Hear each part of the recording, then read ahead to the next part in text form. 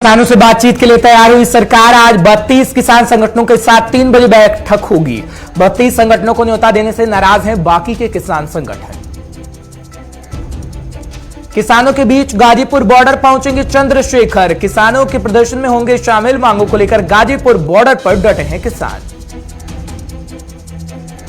हैदराबाद में निकाय चुनाव के लिए वोटिंग जारी है। असदुद्दीन ओवैसी ने निकाय चुनाव में किया मतदान। ओवैसी ने की लोगों से वोट डालने की अपील। शैला रशीद के पिता ने बेटी को बताया एंटी नेशनल। शैला रशीद के पिता ने डीजीपी को लिखी चिट्ठी। पिता ने अपनी बेटी से जान का खतरा बताया।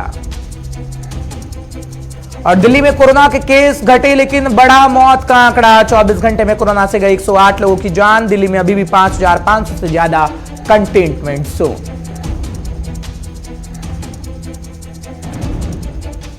नमस्कार, जेके 24/7 न्यूज देख रहे हैं आप। मैं हूं आपके साथ हर्ष भारद्वाज। सुबह के 10 बज चुके हैं। तमाम बड़ी खबरों के साथ एक बार फिर मैं आपके सामने हाजिर हूं। बात सबसे पहले किसानों की कर लेते हैं, क्योंकि किसानों को बातचीत का न्योता दिया गया। 32 किसान संगठन आज सरकार से बातचीत करेंगे। लगभग दोपहर 3 बजे का वक्त होगा, लेकिन उससे बाकी किसान संगठन बेहद खफा है, क्योंकि 32 किसान संगठन होंगे। बात कृषि मंत्री से करते हुए नजर आएंगे, क्योंकि बॉर्डर एरिया पर सिंघू बॉर्डर की बात करें, गाजीपुर बॉर्डर की बात करें, तो जितने भी बॉर्डर हैं वहां पर किसान डटे हुए हैं और दिल्ली में आकर प्रदर्शन की मांग कर रहे हैं। और उन 3 बिलों के खिलाफ प्रदर्शन किया जा रहा है। जो कानून पास करवाए गए, कृषि कानून 3, उनको काला कानून किसानों की तरफ से बताया गया है। आपकी टीवी स्क्रीन पर किसानों की वो तस्वीरें हैं कि किस तरीके से किसान डटा हुआ है। सिंघू बॉर्डर का एरिया हो, गाजीपुर की अगर जहां तक हम बात करते हैं तो वहां पर किसान डटे हुए हैं। और किसानों की मांग है कि वो दिल्ली के रामलीला मैदान जाना चाहते हैं, जंतर मंतर पर प्रदर्शन करना चाहते हैं। लेकिन अब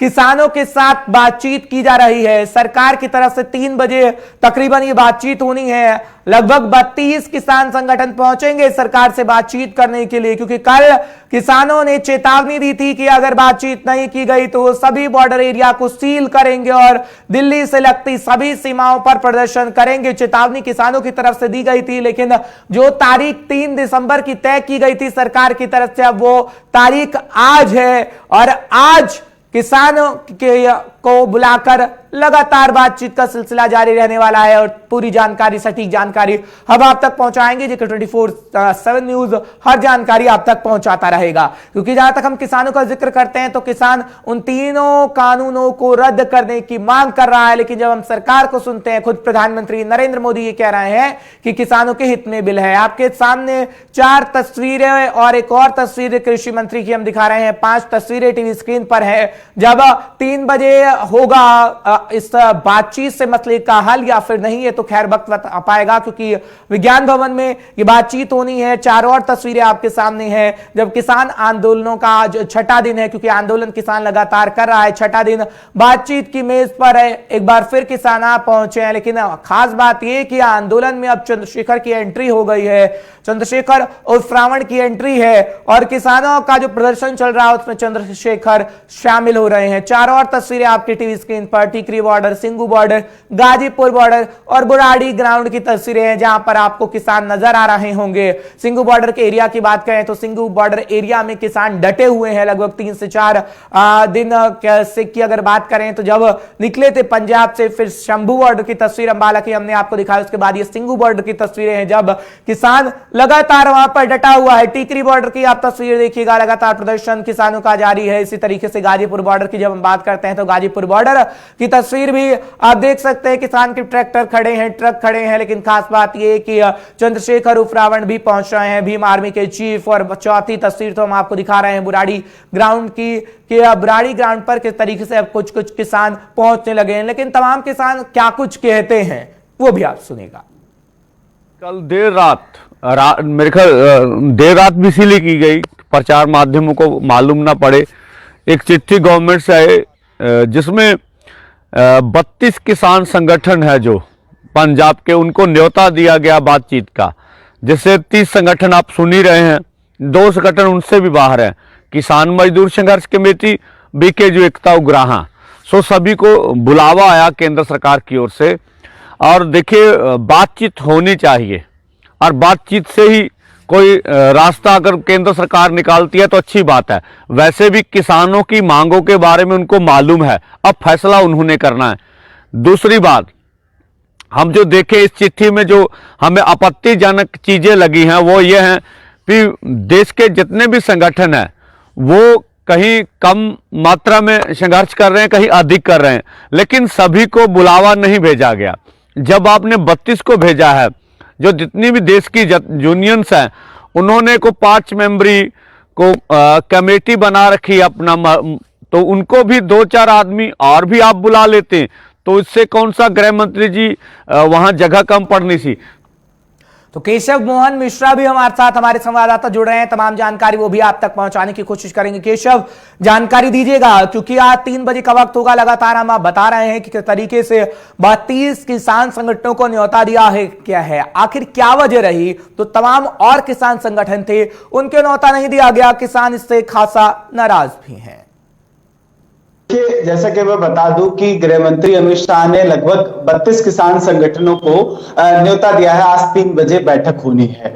जैसा कि इस प्रदर्शन का जो नेतृत्व साफ तौर पर कर रहे थे, उन किसानों की एक विवेचना हुई और विवेचना के आधार पर गृह मंत्री को बताया गया कि इतने संगठन है और ये लगातार सड़कों पर हैं और कहीं ना कहीं पर जो अन्य संगठन थे उन तक जो है वार्तालाप नहीं हो पाया या उन तक जो जानकारी नहीं सरकार तक पहुंची, उस वजह से कुछ ऐसे संगठन हैं जिनको आज के लिए न्योता नहीं भेजा गया और वो वहां पर जो है इस बैठक में शामिल नहीं हो पाएंगे। लेकिन साफ तौर पर यहां पर अगर बात की जाए कि उन संगठनों को छोड़ना, ये जो बीच में जो लगातार जो उनके किसान यूनियन के संगठन हैं उनकी भी एक जिम्मेदारी बन रही थी कि उनको तमाम जितने संगठन थे सबको एक साथ लेकर साझा करना था, क्योंकि किसान जो यूनियन है उनमें भी अलग अलग तरीके के प्रकोष्ठ होते हैं, उनमें भी एक राजनीतिक बहुत गर्मा गर्मी रहती है, एक राजनीतिक पहलू होता है, तमाम लोगों की विचार होते हैं, विवाद होते हैं। तो कहीं ना कहीं पर ये जो किसानों के बीच का जो प्रस्ताव था, क्योंकि ये जो 32 यूनियन थी इनकी जो लिस्ट गृह मंत्री अमित शाह तक पहुंची और जो तमाम जो थे जो किसी दूसरी पार्टी को विशेष तौर पर रखते हैं या सरकार को ऐसा लगा कि हो सकता है इनसे बातचीत ना हो सके या हो सकता है ये उग्र हो सकते हैं या इनसे बातचीत करने में हल नहीं निकल सकता है या सरकार को ऐसा लगा कि ये जो पार्टियां हैं ये हमारे लिए मुसीबत खड़ी कर सकती हैं, इसलिए साफ तौर पर उनको छोड़कर सरकार ने कोशिश की कि ये जो यूनियन है इनको बिठाला जाएगा, उनसे बातचीत की जाएगी और कोशिश की जाएगी कि इस मसले पर आज शाम को कुछ हल निकल सके। तो विपक्ष ये कह रहा है कि जो तमाम किसान संगठन है अब उससे तोड़ने का प्रयास सरकार करेगी, क्योंकि सरकार की रणनीति ही ये रही है जब एकत्रित होकर किसान संगठन प्रदर्शन करते हैं तो उन्हें तोड़ने का प्रयास सरकार करती है कि अपना फायदा हो और जो कृषि कानून लाई है उसमें सरकार की थूथू ना हो, इस वजह से कारनामे किए जा रहे हैं, विपक्ष कह रहा है। देखिए, बिल्कुल आपने सही कहा है कि जिस तरीके से लगातार एक लंबे समय से ये जो इस कृषि बिल को लेकर विरोध चल रहा है, लेकिन गृह मंत्री अमित शाह इस बात से वाकिफ हैं और वो जानते हैं कि जिस तरीके से विपक्ष भी इस कृषि बिल को लेकर लगातार सरकार को घेरता हुआ दिखाई दे रहा है और ये पूरा प्रोटेस्ट है, अगर कहीं ना कहीं पर देखा जाए तो इसमें राजनीतिक रूप से इसकी सहभागिता भी रही है, लेकिन साफ तौर पर अगर देखा जाए तो विपक्ष भी यहां पर राजनीतिक रोटियां सेकने की कोशिश कर रहा है। जैसा कि तो चलता रहा, लेकिन आज ये वक्त बता पाएगा कि हल निकल पाएगा या नहीं, अपनी नजर बनाए रखिएगा। केशव, तमाम जानकारी हम तक पहुंचाने के लिए बहुत बहुत शुक्रिया। लेकिन किसान की प्रतिक्रिया लगातार आ रही है, किसान क्या कुछ कह रहा है आप एक बार फिर फटाफट सुने। ਲੈਂਦੇ ਆ ਉਹ ਸਾਡੇ ਵਾਸਤੇ ਬਹੁਤ ਘਾਤਕ ਨੇ, ਉਹ ਰੱਦ ਕਰ ਦੇਵੇ ਸਾਡੇ, ਉਹਦੀ ਸਾਡੀ ਮੰਗ ਆ ਵੀ ਇੱਕ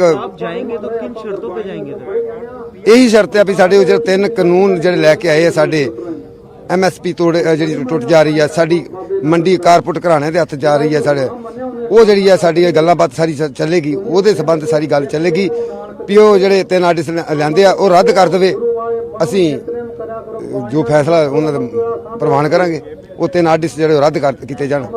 जो उसमें पहले तो उसमें थे हमारे टिकैत साहब तो थे नहीं, उन्हें बुलाता हूँ उनका कर लेंगे बातचीत। समस्या सबकी एक ही है किसानों की, ये भी लैन पे ही है, टिकैत साहब भी और भी जो संगठन आ रहे किसानों के सब एक ही लड़ाई है। उनकी गैल को बातचीत हुई होगी चौधरी साहब की भी, जैसा भी होगा वे बताऊंगे, हम बताऊंगे और सरकार के पास किसानों के लिए टाइम नहीं तो सारे को नहीं अंडा लग रही है।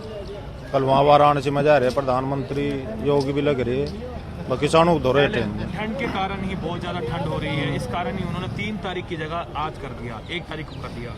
दूसरा कैसे देखेंगे सरकार ने? ये तो भका रेन हुई जैसा 3 तारीख तक जना ये इतने लड़ भीड़ का खिंड में ढोगा कुछ चाल चूल जगह चा वह आपस में फूट सिखाने के लिए अब आज कह दिया आज खैर बातचीत करो जो मान ले समस्या है किसानों की जिसके लिए यहाँ आ रहे वे भी ला उन पर बातचीत करेंगे तो वे सहमति बनेंगे तो अपना चले जाएंगे शौक थोड़े है किसी को यहाँ सड़क पर पड़ने का अपने जागतों को छोड़कर अपने फसल को छोड़ ये इसको हमें के भी किसानों को आंदोलन कमजोर करने की रणनीति है गवर्नमेंट की, क्योंकि जब ये सारी पूरी हिंदुस्तान का एक ही मसला है, काला कानून कले उन 32 यूनियनों का नहीं पूरे देश का है। इसलिए हम चाहते हैं जो हमारी 7 मेंबरी कमेटी थी, राष्ट्रीय कमेटी थी, उसको बुलाना चाहिए था, सबको बुलाना चाहिए था, क्योंकि हमारे उत्तर प्रदेश में वही मसला हुआ, पंजाब में वही मसला हुआ, हरियाणा में वही मसला हुआ, महाराष्ट्र में वही मसला, हमारा MSP का मसला है, वो जो काले कानून है वो सारे देश का मसला है, उसमें उन 32 मेंबरी कमेटी का मसला नहीं, सारे देश का मसला है। हाँ जी, अज 3 बजे का समा दिता है भारत सरकार ने किसानों को मिलने वास्ते, पर जो पंजाब दी 36 जथेबंदियां बुलाया गया है, पर 36 जथेबंदियां जिहड़ियां पंजाब दी हैगियां हिंदुस्तान के किसान की गल करनगियां कि सारे हिंदुस्तान के किसान की जिहड़ी MSP है जां साडियां कानूनां नूं रद्द करन बारे है, वो हिंदुस्तान बारे गल करी जाऊगी। तो भारत सरकार का धन्नवाद है जो किसानों बारे सोचती है कि किसान मुश्किल च है, उन्होंने चलो देर समझ आई पर देर आया दुरुस्त आया। हिंदुस्तान की सरकार ने मीटिंग ਲਈ ਸਮਾਂ ਦਿੱਤਾ ਹੈ, ਦੇਖੋ ਕਿ ਹੁਣ ਮੀਟਿੰਗ ਦੇ ਵਿੱਚ ਕੀ ਨਿਕਲ ਕੇ ਆਉਂਦਾ ਤੇ ਅੱਗੋਂ ਜਥੇਬੰਦੀਆਂ ਦਾ ਕੀ ਫੈਸਲਾ ਹੈ। ਇਸ ਤੇ ਧੰਨਵਾਦ ਵੀ ਹੈ ਸਰਕਾਰ ਦਾ, ਜੇਕਰ ਜਲਦ ਤੋਂ ਜਲਦ ਇਹਨਾਂ ਆਰਡੀਨੈਂਸਾਂ ਨੂੰ ਖਤਮ ਕਰਨ ਤੇ ਕਿਸਾਨ ਆਪਦੇ ਘਰਾਂ ਨੂੰ ਪਰਤੇ। जो आज मीटिंग बुलाई है वो किसान फास्टली वो फैसला करेंगे कौन कौन से किसान जहां पर जाएंगे, और पहले 2 घंटे वो अपनी मीटिंग करेंगे, उसमें जो मता पाया जाएगा जिसमें वोट बद जो किसान बद इस ज़्यादा इस फैसले में से सहमत होंगे वो किसानों का मता पाया जाएगा। उसके बाद वो संसद में जाएंगे, आई थिंक 7 मेंबर जाएंगे संसद में। उसके बाद जो भी अमित शाह या जो भी उनके और मंत्री हैं वो उनसे फैसला करेंगे, उनसे मीटिंग करेंगे और उसके बाद वो कोई फैसला लेंगे। जब उन्हें अमित शाह और गवर्नमेंट ने कोई भी फैसला किया, यदि किसानों को वो बिल वापस ना लेने का कोई छूट देते हैं, तो थोड़ी सी छूट देते हैं तो भी वो नहीं मानेंगे। हमारा कारण हमारे जो लीडर हैं, आगू हैं, वो ये कहते हैं कि जब हम थोड़ी सी भी छूट देंगे पर हम इससे सहमत नहीं होंगे, हम ये बिल पूरी तरह वापस करा के हटेंगे। तो किसानों की कुछ ऐसे ही तस्वीर गाजीपुर बॉर्डर पर भी देखने को मिल रही है, लेकिन ये खास इसलिए है क्योंकि वहां पर भीम आर्मी के चीफ चंद्रशेखर पहुंच रहे हैं। बड़ी जानकारी इस वक्त आपके टीवी स्क्रीन पर किसानों के बीच गाजीपुर बॉर्डर पर चंद्रशेखर का पहुंचना होगा, किसानों के प्रदर्शन में शामिल होंगे। इस वक्त की बड़ी जानकारी हम आप तक पहुंचा रहे हैं कि बात अगर चंद्रशेखर की करें तो चंद्रशेखर आज पहुंच रहे हैं मांगों को लेकर। गाजीपुर बॉर्डर पर किसान डटे हुए हैं, अलग अलग एरिया की हर एक जानकारी हम आप तक पहुंचा रहे हैं। किसानों के समर्थन में उतरे हैं चंद्रशेखर आजाद और प्रदर्शन में शामिल होंगे, जिसकी जानकारी इस वक्त हम आप तक पहुंचा रहे हैं क्योंकि किसानों के बीच पहुंचेंगे। तस्वीरें आप देखिएगा, लगातार तस्वीरें हम आपको दिखा रहे हैं गाजीपुर बॉर्डर की। जब हम बात करते हैं तो गाजीपुर की जब जिक्र करते हैं तो गाजीपुर में वो तस्वीर भी आपके सामने होगी जब चंद्रशेखर उर्फ रावण वहां पर पहुंचेंगे। हम आपको जानकारी देंगे। गौरव पांडे हमारे साथ जुड़ रहे हैं, तमाम जानकारी वो आप तक पहुंचाने की कोशिश करेंगे। गौरव, जानकारी दीजिएगा क्योंकि किसानों का आंदोलन है। किसान पहले ही कह चुका है कि ना तो कोई राजनीतिक पार्टी ऐसा बयान दे कि उन्हें लगे कि किसान राजनीतिक पार्टी का समर्थन ले रहा है। किसान अपने तरीके से अपनी मांगों को लेकर प्रदर्शन कर, लेकिन आज गाजीपुर बॉर्डर पर पहुंच रहे हैं चंद्रशेखर उर्फ रावण। जाहिर तौर पे हर्ष, देखिए किसानों का जो आंदोलन है वो राजनीतिक रूप लेता चला जा रहा है। लगातार विपक्ष जो है वो सरकार पर हमलावर है, चाहे योगी सरकार हो चाहे केंद्र सरकार हो। ऐसी स्थिति पे हरियाणा के बॉर्डर में पूरी तरीके से किसानों का कब्जा है। चाहे नोएडा बॉर्डर की बात करें, उत्तर प्रदेश में तमाम बॉर्डर्स ऐसे हैं जहां किसान पूरी तरीके से जमीन पर उतर आए हैं और गाजीपुर में भी हालात यही हैं। हजारों की तादाद में किसान राशन पानी लेकर एक जगह पे डटे हुए हैं और अपनी मांगों को पूरा कराने के लिए बाध्य करना चाहते हैं सरकार को। और ऐसे में अब गाजीपुर बॉर्डर पहुंचने वाले हैं कुछ देर में चंद्रशेखर आजाद, भीम आर्मी चीफ हैं और कहीं ना कहीं मसीहा माने जाते हैं दलित वर्ग के। और अब जब ये वहां पहुंचेंगे तो जाहिर तौर पे इनका वहां पहुंचने का मतलब राजनीति से ही निकाला जाएगा, राजनीतिक बयानबाजी होगी। और उसके बाद किसानों ने तो साफ तौर पे बात कही है, क्योंकि उनका जो आंदोलन है, उनकी जो ये क्रांति है वो इस ओर है कि उनके द्वारा जो बिल आए हैं भारत सरकार के द्वारा वो वापस लिए जाए, वो कानून हटाया जाए। लेकिन जब ये भीम आर्मी के चीफ पहुंचेंगे या तमाम जो अन्य पार्टियों के राजनेता पहुंच रहे हैं, तो वो जो रुख है वो राजनीतिक रुख हो जाता है और ये किसान नहीं चाहते। गौरव, राजनीतिक रुख इस वक्त होना इसलिए भी जरूरी है कि बात उत्तर प्रदेश की करें या फिर पंजाब की, आगे आने वाले समय में चुनाव है और सभी राजनीतिक पार्टियां अपना जनाधार बढ़ाने की कोशिश कर रही हैं, अपने जमीनी सतह ढूंढने की कोशिश कर रहे हैं। आपको क्या लगता है, आप उत्तर प्रदेश में किस तरीके से इस स्थिति को देखते हैं जब किसान सड़कों पर है, गाजीपुर बॉर्डर पर है, चंद्रशेखर पहुंच रहे हैं, क्या योगी सरकार कह रही है? देखिए, सरकार तो साफ तौर पे अपना रुख स्पष्ट कर चुकी है कि इस मसले पर बैठ के ही बात होगी। सरकार पहले भी कई मंचों से ये बात कह चुकी है कि ये जो बिल है वो किसानों के प्रयोग में आएगा, किसानों के हित में है। लेकिन हो सकता है कि किसानों और सरकार के बीच का जो मिसकम्युनिकेशन है उसकी वजह से ये हालात हमें देखने को मिल रहे हैं उत्तर प्रदेश में। और आने वाला समय चुनाव का है और कोई बड़ी बात भी नहीं है हर्ष कि सरकार चुनाव को देखते हुए कोई बड़ा फैसला ले ले या किसानों के हित को देखते हुए कोई और किसी तरीके से रास्ता यही अपनाए, मगर इसका रुख चेंज कर दे, तो तमाम सरकार के पास विकल्प है और सरकार बैठ करके ही किसानों से बात करने के मूड में दिखाई दे रही है फिलहाल। बिल्कुल। और गाजीपुर बॉर्डर का जब हम स्थिति की बात करते हैं, कैसे हालात है वो भी बता दीजिए, क्योंकि जब हम चंद्रशेखर आजाद का जिक्र करते हैं तो वो तो खैर उतरते ही हैं, राजनीति करनी ही है। सीए का मुद्दा जब सामने आया था तो वो राजधानी दिल्ली तक पहुंचाए थे, लेकिन सुरक्षा व्यवस्था के कैसे इंतजाम है, कैसे सरकार ने पूरी व्यवस्था की है? क्योंकि जब सिंघू बॉर्डर का जिक्र करते हैं तो वहां पर FIR दर्ज की गई है किसानों को दंगा करने के मामले को लेकर। जाहिर तौर पर देखिए, भीम आर्मी चीफ हैं चंद्रशेखर आजाद और न सिर्फ CAA NRC के मामले में, हाथरस कांड में भी दिल्ली तक धमक दे आए थे ये।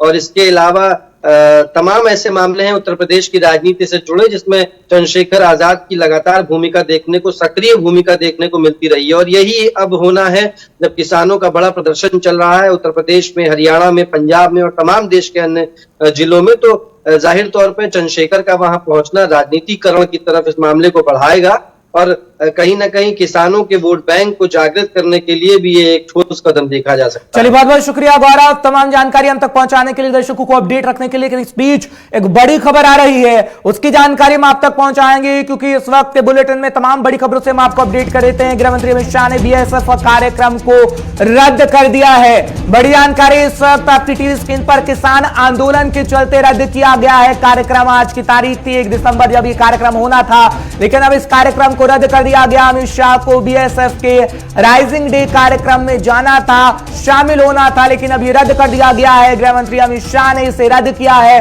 किसानों का आंदोलन है, लेकिन इस बीच किसानों के साथ बातचीत भी है, जिसको लेकर इस कार्यक्रम को रद्द कर दिया गया। बड़ी जानकारी इस बीच आ रही है, क्योंकि किसान आंदोलन के चलते इस कार्यक्रम को रद्द किया गया है। बड़ी जानकारी इस वक्त के बुलेटिन में हम आप तक पहुंचा रहे हैं। जब अमित शाह को BSF के राइजिंग डे कार्यक्रम में जाना था, लेकिन अब उसे कैंसिल कर दिया गया है। तो आज सुबह 9:30 बजे कार्यक्रम में शामिल होना था, लेकिन अब इसे कैंसिल कर दिया गया है, क्योंकि किसानों को लेकर लगातार बातचीत चल रही है। और किसानों से आज 32 संगठनों की 3 बजे बातचीत है। राजनाथ सिंह उसकी अगुवाई कर रहे हैं बैठक की, क्योंकि अगर केंद्रीय गृह मंत्री को जब हम सुनते हैं तो वो पहले ही कह चुके हैं जो समय निर्धारित किया जाए उसमें किसान बातचीत के लिए पहुंचे। हालांकि ये पहले समय 3 दिसंबर का तय किया गया था, लेकिन आंदोलन को देखते हुए 1 दिसंबर की तारीख तय कर दी गई और 3 बजे का वक्त रख दिया गया है। लेकिन बड़ी जानकारी, जब एक कार्यक्रम में जाना था, लेकिन अब कार्यक्रम को रद्द कर दिया गया। अब एक और बड़ी खबर आपको बताएंगे, क्योंकि जहां तक हम शैला रशीद की बात करते हैं तो उनके पिता ने अपनी ही बेटी से जान का खतरा बताया है। कह रहे हैं शैला रशीद एंटी नेशनल है। शैला रशीद के पिता ने बेटी को एंटी नेशनल करार दिया है। बड़ी जानकारी इस वक्त हम आप तक पहुंचाने की कोशिश कर रहे हैं। शैला रशीद के पिता ने DGP को चिट्ठी लिखी है, पत्र लिखा है, जिसमें कहा गया है कि जान का खतरा है मुझे अपनी खुद की बेटी से, वो एंटी नेशनल है। और जान का खतरा भी बताया है पिता ने अपनी बेटी से। JNU की पूर्व छात्र नेता रही हैं शैला रशीद, जिसकी जानकारी हम आप तक पहुंचा रहे हैं। और पिता की तस्वीर आपके टीवी स्क्रीन पर है जब वो चिट्ठी लिख चुके हैं। और ये शैला रशीद हैं, DGP को चिट्ठी लिख चुके हैं उनके पिता, और कह रहे हैं कि मुझे अपनी ही बेटी से जान का खतरा है। उनके पिता का क्या कुछ कहना है, दरअसल वो आप सुन लीजिए। कहा कि मुझे उन्होंने 3 करोड़ रुपए ऑफर किए थे, ये समझ लो एक दक्षिणा थी पार्टी में आने के लिए। तो पैसा कितना होगा इनके पास, तो वो तो आप खुद अंदाज़ा लगा सकते हैं। दूसरी बात यह है कि ये जो जितना भी हो गया है, ये सारा कुछ कश्मीर से बाहर हो गया। जब शाह फैसल एजुकेशन लीव पे गए थे 2 साल की USA में, इतनी देर में ये भी 2 बार हो आई, शहला भी 2 बार हो आई US में। इस पार्टी की फॉर्मेशन वहीं पे पड़ी हुई है। यहाँ आके जो मुझे सुनाया गया कि हमें एक पार्टी लॉन्च करनी है, इसकी सारी फॉर्मेलिटीज़ वहीं पे कंप्लीट हो गई थी। तो मैं DG साहब को भी मैंने बता दिया कि मेरी रेजिस्टेंस के कारण ही शायद मतलब मैं कहीं असली राग को छू गया इनकी, तब जाके ये इतना वायलेशन किया इन्होंने। यहाँ तक कि देखिए ना, बाप के ऊपर चार्जेस लगाना। देखिए ना, जो एंटी नेशनल फोर्सेस होते हैं वही ये फंडिंग करते हैं। नेशनल पार्टी कोई इनको फंड नहीं करेगी ना, इसका मतलब कोई फोर्सेस है जो इनको फंडिंग कर रहे हैं, जिसकी बिना पे ये सब कुछ चला रहे हैं। देखिए ना, जो मेरे खिलाफ केस इसने डाला है उसमें ये मेंशन कर रही है कि ये बेकार है, इसका कोई जवाब नहीं है, इसकी बहन बेकार है, उसका कोई जवाब नहीं है। अब आप इनके अकाउंट्स को ही देख लो, जो बेकार होगा वो किस तरह के खर्चे करता होगा और किस तरह की, कि जो जिन लोगों ने मुझे बुलाया वही इस वक्त NIA की कस्टडी में है। तो आप भी खुद एक माने निकाल दो इस बात की। क्या बोला उन्होंने? वो उन्होंने कहा कि इसको हमने यूटिलाइज करना है कश्मीर पॉलिटिक्स के लिए, और ये इन्होंने ज्वाइन किया है। तब तक ये NC वगैरह कुछ इस तरह की बातें बता रहे थे। तो जाहिर सी बात है इस पर प्रतिक्रिया आनी थी, और रविंद्र रैना ने क्या कुछ कहा है वो भी आप सुनेगा। पाकिस्तान से दलाली खाकर जम्मू कश्मीर के अंदर हुर्रियत के लोग हों, अलगाववादी धड़े के लोग हों, टुकड़े टुकड़े गैंग के लोग हों, या कुछ मुख्य धारा के अंदर यहां राजनीतिक दलों के नेता हों, इन्होंने हमेशा पाकिस्तान से पैसे लेकर जम्मू कश्मीर को लहूलुहान किया है। वो शैला रशीद हो, वो हुर्रियत के लोग हों, या कश्मीर घाटी के अंदर अपने आप को कश्मीर का सो कॉल्ड नेता मानने वाले ये लोग पाकिस्तान के टुकड़ों पर पलते हैं। कश्मीर घाटी के अंदर अलगाववादियों ने, टुकड़े टुकड़े गैंग के नेताओं ने, जिसमें शैला रशीद हो, इंजीनियर रशीद हो, जहूर बटाली हो, और आतंकवादियों के जो सरगना हैं, इनकी मिली भगत से कुछ राजनेताओं ने भी हमेशा खूनी खेल कश्मीर घाटी के अंदर खेला है। आज जब शैला रशीद के पिता ने ये सारा काला चिट्ठा इनका उजागर किया है, तो सारी दुनिया के सामने सच सामने आया है। चलिए बात फटाफट से हैदराबाद की करेंगे, क्योंकि हैदराबाद में भी बीजेपी और जहां तक ओवैसी की पार्टी की बात करते हैं तो आमने सामने हैं, क्योंकि आज निकाय चुनाव के लिए मतदान हो रहे हैं और उसमें ओवैसी ने वोट डाल दिया है। सभी से वोट डालने की अपील की है, क्योंकि यहां पर आमने सामने हैं। ओवैसी की जहां तक हम बात करते हैं शाह आमने सामने रहे, क्योंकि पलटवार और वार देखने को मिला था, लेकिन आज वोटिंग हो रही है। निकाय चुनाव के लिए 150 पार्षद चुने जाने हैं, उसकी चुनाव प्रक्रिया चल रही है, वोटिंग की प्रक्रिया चल रही है, जिसमें मतदान करने पहुंचे हैं असदुद्दीन ओवैसी। जिसके बाद उन्होंने ये भी कहा है कि सभी अपने मतदान का इस्तेमाल करें, जो मतदान की प्रक्रिया चल रही है मत का इस्तेमाल करें और लोकतांत्रिक प्रक्रिया में हिस्सा लें। ये ओवैसी की तरफ से कहा गया है। हालांकि इससे पहले जब हम जिक्र करते हैं ओवैसी का, तो ओवैसी शाह पर तंज कसते हुए भी नजर आए थे। रोहिंग्याओं का मुद्दा काफी छाया रहा हैदराबाद के निकाय चुनाव में, क्योंकि चुनाव प्रचार बड़ी जोर शोर से हुआ था। खुद केंद्रीय गृह मंत्री अमित शाह निकाय चुनाव के चुनाव प्रचार के लिए पहुंचे हैदराबाद के अंदर, लेकिन वो दिन आ गया जब निकाय चुनाव इस वक्त चल रहा है और ओवैसी ने मतदान कर दिया है और वोट डालने की अपील लोगों से की है। साथ ही साथ ओवैसी कह रहे हैं कि लोकतांत्रिक प्रक्रिया में लोग जरूर हिस्सा लें, बढ़ चढ़कर हिस्सा लें, और इस पर्व में हिस्सेदारी लोगों की बहुत जरूरी हो जाती है। हालांकि कोरोना काल चल रहा है और कोरोना काल के बीच तमाम गाइडलाइंस का पालन करना बेहद जरूरी है। ओवैसी क्या कुछ कह रहे हैं वो आप सुन लीजिए। मैंने अपना जो डेमोक्रेटिक राइट है, अपनी पसंद का इजहार आज किया हूं, और मैं आप तमाम के ज़रिए से हैदराबाद के अवाम से अपील कर रहा हूं कि वो अपने के वोट का इस्तेमाल करें और हैदराबाद और बिलखुसूस पुराने शहर की तरक्की के लिए, उसकी तहजीब, सखाफ़त, उसकी ज़बान, उसके कंपोजिट कल्चर के लिए आप तमाम को निकल कर मैं अपील कर रहा हूं कि निकल कर वोट का इस्तेमाल करिए और ज़्यादा से ज़्यादा वोट का इस्तेमाल करिए, पोलिंग परसेंटेज को बढ़ाइए। पूरा यहाँ पर इंतज़ाम इलेक्शन कमीशन की तरफ से किया गया है, सोशल डिस्टेंसिंग का लिहाज रखा गया। हम उम्मीद करते हैं कि शाम 6 बजे तक हर हैदराबाद की वोटर राय दहिंदे निकलकर अपने के वोट का इस्तेमाल करेंगे और इस जमहूरियत को और मजबूत करेंगे और उसको कामयाब करेंगे। फिलहाल इस वक्त बुलेटिन में इतना ही। आप देखते रहिए JK24/7।